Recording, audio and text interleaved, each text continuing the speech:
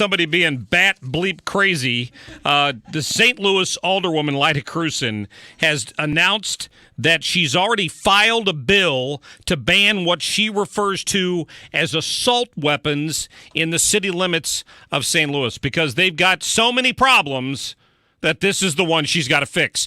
Did I mention she's running for mayor? Anyway, if the crazies on our city council, if they pass this thing, and it's predominantly Democrats, so they might, in about, what's it say here? In about 90 days, if you had one of these guns and didn't get rid of it, you'd be a criminal. This is what they're doing to you here. I've asked Erich Pratt to join us from the Gun Owners of America because, to me, you've seen things like this pop up in other parts of the country, Erich. How are you? Doing great, Mark. Thanks for having me. Absolutely. This kind of thing it's just unbelievable. I want to try to get her on the air here, although I don't know if she'll come on or not, to try to explain to me what her definition is of an assault weapon. Because I think if somebody gets stabbed with a knife, technically they've been assaulted. So where's she going to draw the line? I mean, as usual, the Post-Dispatch here has done a horrendous job of explaining exactly what this means, and most liberals don't care. Right. Well, she's doing what liberals do. They want to ban things, control things, tell you how to live your life. And you're absolutely right. They fudge with this whole term assault weapon, because really what they're talking about is commonly owned semi-automatic firearms that have been around for about a century. It's interesting that the New York Times published an article a couple of years ago called The Assault Weapon Myth, and it talked about how the fact that Democrats were the ones that created this term assault weapons, that they've never been the weapon of choice for criminals. You mentioned stabbing. Well, more people get stabbed to death every year than are killed by long guns, of which these so-called assault weapons would be a subcategory of that. So, more knifings than rifles, including these so-called assault weapons. But, the other thing this article pointed out is that the ban was a colossal failure. That ban, which was passed at the federal level in 94, sunset in 2004. So now these guns that they had originally banned for 10 years are now perfectly legal. And guess what? 10 years after the sunset, 2014, it turns out we were much safer. FBI statistics show the murder rate had dropped 18% in that time. So we're actually much safer with these guns being legal. There's no correlation to the fact that banning these types of guns is going to make anybody safer. If she wants to make St. Louis safer, then they need to get rid of the anti-gun Democrat liberal bastion that it's been, and they'll see a turnaround. Yeah, we've got a guy here who's tried to start a business, an entrepreneur who wanted to start a business with a van parked in front of the baseball games and the hockey games and other events where if you're carrying your concealed weapon and you have to go into the stadium, you could check it in with them in a secure location and then get it when you came back out so that walking to your car you'd be safe. And the city here has put this guy through all kinds of red tape and won't let him start up this business where he would employ people and all this stuff because of their ideology about this. And, I mean, it's just ridiculous.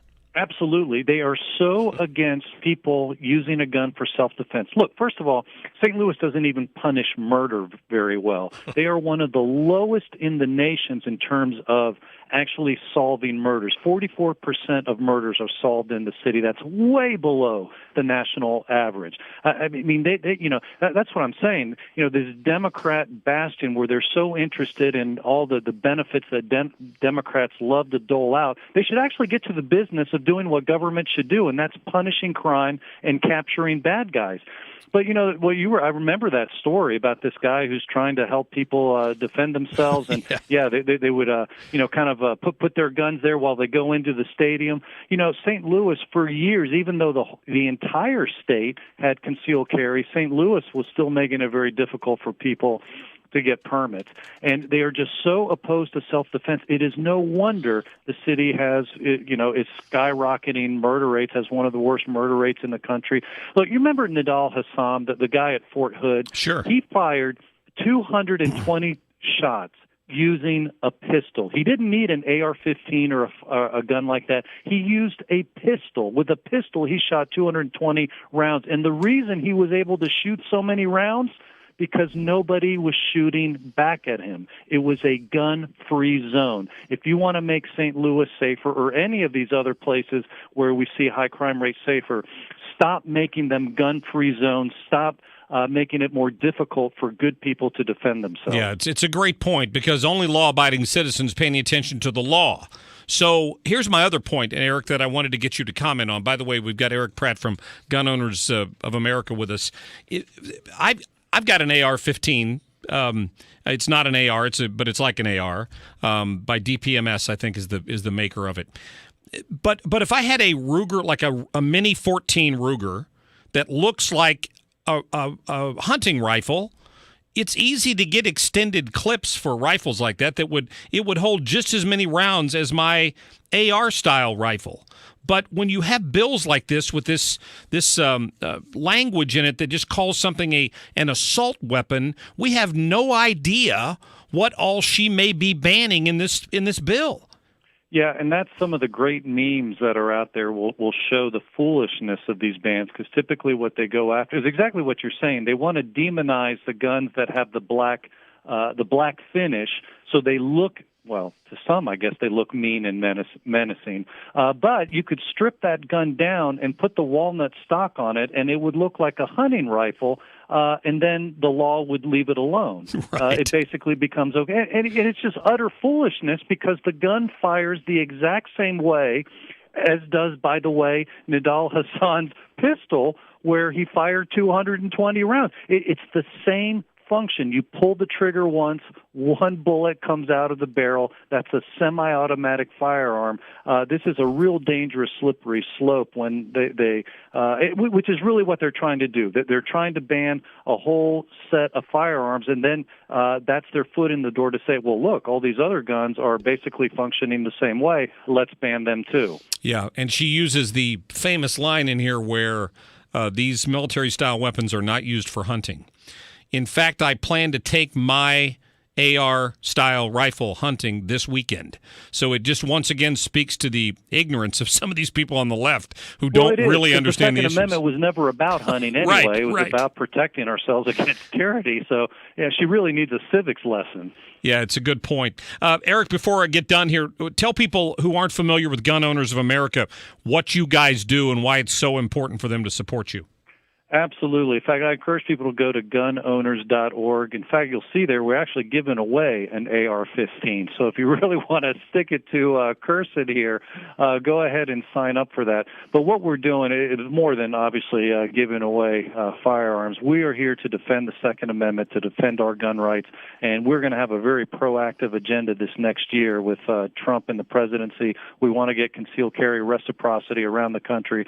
So, I encourage people to go to our website at gunowners.org and sign up for our free email alerts. The more people we have, the louder voice we have in Congress, and that's really what's enabled us to kill a lot of anti-gun legislation during the Obama years. Yeah, that's a good point. Erich Pratt, thank you as always for the good information. Hey, thank you, Mark. Yep. It's always a pleasure. Have a good day. I appreciate that. Always good to get Eric and his dad, Larry, on the show here talking about this issue because, if you live in the city, raise some cane about this. I mean, I work down here. I don't live in the city limits, but if you're a gun owner and you believe in your Second Amendment rights, you got to go raise cane about this because I'm telling you what, the aldermen in the city of St. Louis, where there's not a Republican to be found, they'll rubber stamp some nonsense like this without ever asking any questions. That's my biggest concern.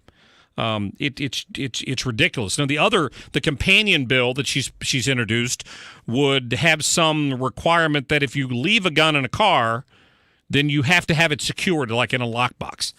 I got no problem with that as compared to this other bill because most people should be doing that anyway. If you just leave a gun out in your car or unsecured in a dashboard, that's silly. That's nonsense, and a lot of guns get stolen that way. So you're protecting yourself by buying one of those $20 steel lock boxes that you can get at any gun store. They got a great selection at the Range St. Louis West. Did I mention that? TheRangeSTL.com, one of the supporters of our show. So we thank them for that. Great selection out there.